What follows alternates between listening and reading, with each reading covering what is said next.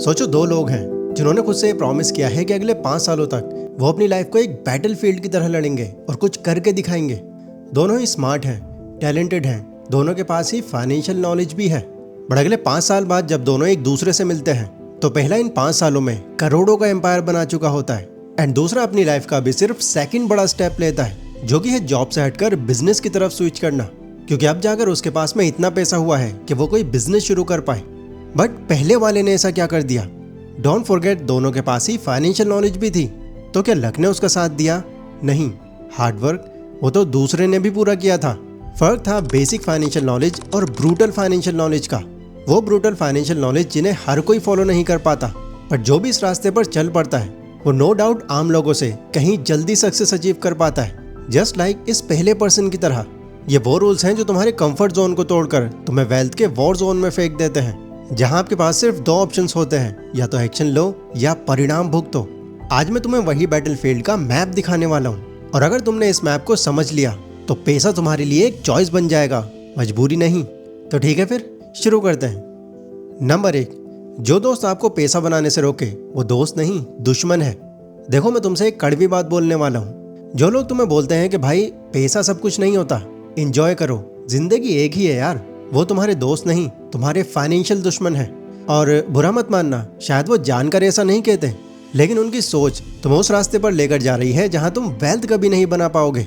समझने वाली बात यह है कि पैसा सब कुछ नहीं होता, लेकिन पैसा बहुत कुछ होता है। पैसा तुम्हें चॉइस देता है कौन से सिटी में रहना है, कौन से हॉस्पिटल से इलाज कराना है, पेरेंट्स को कंफर्ट कैसा देना है और बच्चों को एजुकेशन कैसी देनी है। और वहीं तुम्हारे पास जब पैसा नहीं होता तो तुम्हारे पास सिर्फ मजबूरी होती है, चॉइस नहीं। जो लोग तुम्हें बोलते हैं कि एंजॉय करो, जिंदगी एक ही है, वो ये नहीं समझते कि असली एंजॉयमेंट तब आती है जब तुम्हारे पास फाइनेंशियल फ्रीडम होती है। ईएमआई के बोझ के साथ गोवा की ट्रिप लेना एंजॉयमेंट नहीं है, वो सिर्फ टेम्पररी एस्केप है, जिसका हैंगओवर तुम्हें अगले महीने क्रेडिट कार्ड बिल के फॉर्म में मिलेगा। तुम्हारा दुश्मन वो नहीं जो तुम्हारा पैसा ले ले, तुम्हारा असली दुश्मन वो है जो तुम्हारे माइंड में ऐसे बीज डालता है कि पैसा इंपॉर्टेंट नहीं है, क्योंकि जैसे ही तुम ऐसी बातों को मानने लग जाते हो तो वहीं तुम अपनी ग्रोथ के एक्सेलरेटर को छोड़ देते हो। एक सिंपल सी बात याद रखो, तुम्हारा सर्कल ही है जो तुम्हें ऊपर उठाता है या तुम्हें नीचे खींच लेता है। अगर तुम्हारे सर्कल में ऐसे लोग ज्यादा हैं जो हर गलत डिसीजन को जस्टिफाई करते हैं, तुम्हें डिसिप्लिन से दूर ले जाते हैं, तो समझ लो तुम स्लो पॉइजन खा रहे हो जो तुम्हें फाइनेंशियली मार देगा। नंबर 2, खुद पर शक मत करो, बट ओवर कॉन्फिडेंस भी मत रखो। देखो, जिंदगी का एक बड़ा सच है कि ना ही खुद पर ज्यादा शक करना चाहिए और ना ही ओवर कॉन्फिडेंस का शिकार बनना चाहिए। दोनों ही चीजें आपको आपके गोल से दूर ले जा सकती हैं, बस अलग अलग तरीके से। आप खुद पर ज्यादा शक करोगे तो आप अपने डिसीजंस लेने से हर टाइम कतराओगे।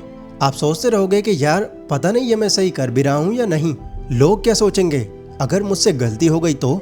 इस चक्कर में आप कभी काम शुरू ही नहीं करोगे, एंड जैसे तैसे शुरू करोगे भी तो डाउट के चलते बीच में ही छोड़ दोगे। रिजल्ट, आप एक ही जगह अटके रह जाओगे और मौके आपके सामने से यूं निकल जाएंगे। लेकिन दूसरी तरफ अगर आप ओवर कॉन्फिडेंट हो जाते हो एंड समझते हो कि आप गलती कर ही नहीं सकते, तो दूसरों की बात आप फिर सुनते नहीं हो, फीडबैक को इग्नोर करते हो और बिना प्रॉपर सोच विचार के बड़े फैसले ले लेते हो। एंड ये चीज भी आपके लिए काफी नुकसानदायक हो सकती है। ओवर कॉन्फिडेंस का सबसे बड़ा नुकसान ये है कि आप अपनी वीकनेस को इग्नोर कर देते हो, और जब समझ आता है कि आपसे गलती हो गई है तब काफी नुकसान हो चुका होता है आपका। सही अप्रोच ये है कि खुद पर इतना भरोसा रखो कि आपको अपने फैसले लेने से डर ना लगे, लेकिन इतना हम्बल भी रहो कि अगर कहीं सुधार की जरूरत हो, कहीं से फीडबैक आ रहा हो, तो उसको मान सको।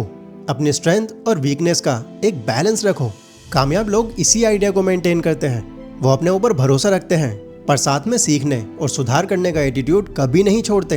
यानी ना तो जिंदगी में मैं कुछ नहीं कर सकता ये सोचना है, और ना ही जिंदगी में मैं सब कुछ कर सकता हूँ ये सोचना है। दोनों ही एक्सट्रीमली डेंजरस हैं आपके लिए।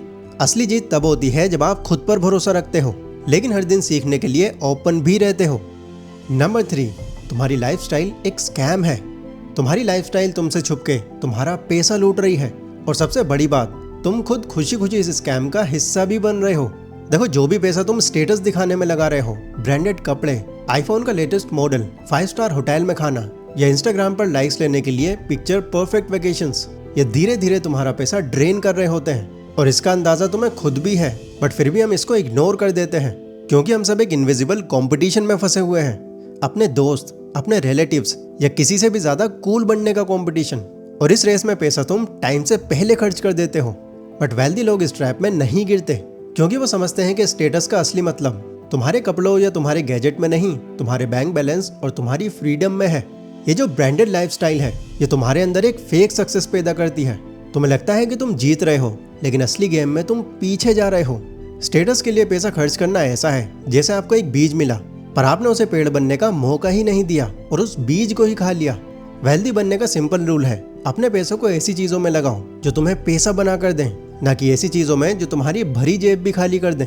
और जब तुम्हारे एसेट्स तुम्हारे लिए पैसा कमाने लगे, तब चाहे तुम 5 स्टार में स्टे करो या रोलेक्स पहनो, पैसों की तुम्हें चिंता ही नहीं होगी, क्योंकि तब तुम्हें पता होगा कि ये सब आप अफोर्ड कर रहे हो, ना कि इसकी किस्तें बनवा रहे हो। नंबर 4, आउटपुट्स के साथ पेशेंट रहो, लेकिन इनपुट्स के साथ इम्पेशेंट रहो। पैसा बनाने का गेम 2 पार्ट्स में होता है, इनपुट्स और आउटपुट्स। इनपुट्स मतलब जो काम आप करते हो, जो मेहनत लगाते हो और जो एक्शन लेते हो। आउटपुट्स मतलब जो तुम्हें रिजल्ट मिलते हैं, जो पैसा मिलता है या जो सक्सेस मिलती है। अब प्रॉब्लम यह है कि कई लोग इसका उल्टा करते हैं, वो इनपुट्स में तो लेजी होते हैं और आउटपुट्स में इम्पेशेंट हो जाते हैं। मतलब काम तो धीरे करेंगे, लेकिन उम्मीद करेंगे कि रिजल्ट जल्दी आ जाए, और जब उनको मनचाहा रिजल्ट नहीं मिलता तो मैक्स टाइम उस काम को वो छोड़ ही देते हैं। बट वेल्दी लोग इसका फॉर्मूला रिवर्स करते हैं। वो अपने इनपुट्स में एग्रेसिव होते हैं, मतलब एक्शन लेने में इम्पेशेंट। आइडिया आया, तुरंत इम्प्लीमेंट कर दिया। स्किल सीखनी है, अभी स्टार्ट कर दी। मार्केट टेस्ट करनी है, अभी एक्सपेरिमेंट कर लिया। वो वेट नहीं करते कि एक परफेक्ट टाइम कब आएगा, क्योंकि वो जानते हैं कि परफेक्ट टाइम कभी आता ही नहीं। लेकिन जब बात आउटपुट्स की आती है, तो यहाँ वो पेशेंस का लेवल 100 पर ले जाते हैं, क्योंकि वो समझते हैं कि रिजल्ट एक पेड़ की तरह होता है, जिसमें तुम बीज लगाते हो, पानी देते हो, सनलाइट देते हो, पर तुम्हें पता है कि फल आने में अभी तुम्हें टाइम लग जाएगा। यहाँ पर वो दूसरों की तरह ये गलती नहीं करते कि बीज लगने के 1 हफ्ते बाद ही जमीन खोदकर चेक करने लग पड़ना कि फल आया या नहीं। उन्हें पता है कि ऐसे लोग कभी ग्रो नहीं करते। इसको मैं आपके लिए थोड़ा और आसान बना देता हूँ। सोचो तुम जिम ज्वाइन करते हो और तुम इनपुट्स में इम्पेशेंट हो।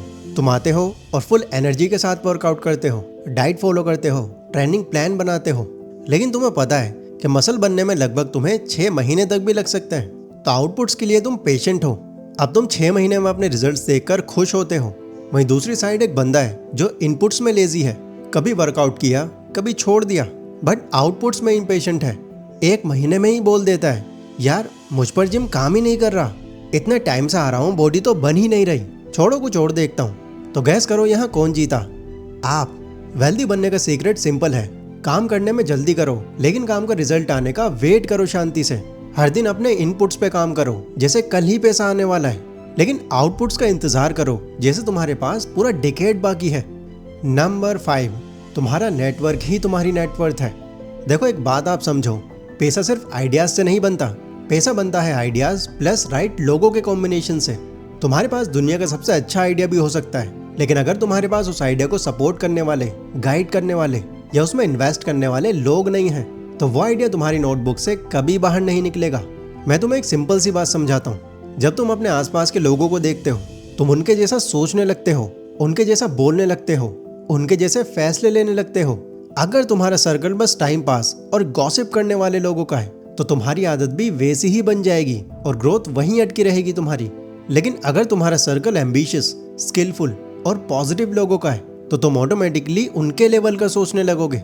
वेल्दी लोग अपना नेटवर्क रैंडमली नहीं बनाते, वो ऐसे लोगों के साथ टाइम स्पेंड करते हैं जो उनसे ज़्यादा स्मार्ट है, ज़्यादा एक्सपीरियंस्ड है और उनके अभी की सोच को एक्सपेंड कर सकते हैं। ये एक तरह का शॉर्टकट है, क्योंकि तुम उनके एक्सपीरियंस से वो चीज़ें सीख लेते हो जो तुम्हें खुद ट्राई करके समझने में सालों लग जाते। इसको तुम कुछ इस तरह से भी समझ सकते हो। सोचो तुम्हारे पास एक आइडिया है कि तुमको एक ऑनलाइन कोर्स लॉन्च करना है, तो अगर तुम्हारे नेटवर्क में एक डिजिटल मार्केटर है, एक ग्राफिक डिज़ाइनर है, एक वीडियो एडिटर है और तो और एक सेल्स एक्सपर्ट भी है, तो काफ़ी सलीके से तुम अपना कोर्स सिर्फ 1-2 महीने में लॉन्च करके पैसा कमाना शुरू भी कर सकते हो। लेकिन अगर तुम अकेले हो, हर स्किल तुम्हें खुद से सीखनी पड़ रही है, हर प्रॉब्लम खुद से सॉल्व कर रहे हो, तो ये काम आपका शायद 1 साल भी ले जाए और इसके भी चांस है कि आप बीच में ही छोड़ दो। देखो नेटवर्क का मतलब सिर्फ दोस्त नहीं होते, नेटवर्क का मतलब मेंटोर्स, कोलैबोरेटर्स, बिजनेस पार्टनर और वो सब लोग होते हैं जो तुम्हारी ग्रोथ में डायरेक्टली या इनडायरेक्टली रोल प्ले करते हैं। इसलिए जब तुम अपना सर्कल बना रहे हो, तो बस ये सोचो, क्या ये लोग मुझे इंस्पायर कर रहे हैं या ड्रेन कर रहे हैं? अगर आपको शक हो रहा है कि आप ड्रेन किए जा रहे हो, तो समझ लो तुम्हारा पैसा और टाइम तुम दोनों ही दांव पर लगा रहे हो।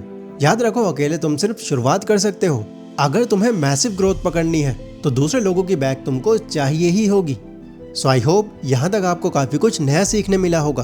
वैसे मैं आपको बता दूं कि ये इस वीडियो का सेकंड पार्ट है। पहले पार्ट में तो इससे ज़्यादा ब्रूटल एडवाइसेस हैं जो ऑलरेडी मैं इस चैनल पर अपलोड कर चुका हूँ। तो अगर पहला पार्ट आपने नहीं देखा सो ये रही वो वीडियो, इसको पूरा ज़रूर देखना, क्योंकि ऐसी ब्रूटल मनी एडवाइस आपको यूट्यूब पर कहीं नहीं मिलेगी। मैं मिलता हूँ अपनी अगली वीडियो में। बहुत बहुत शुक्रिया।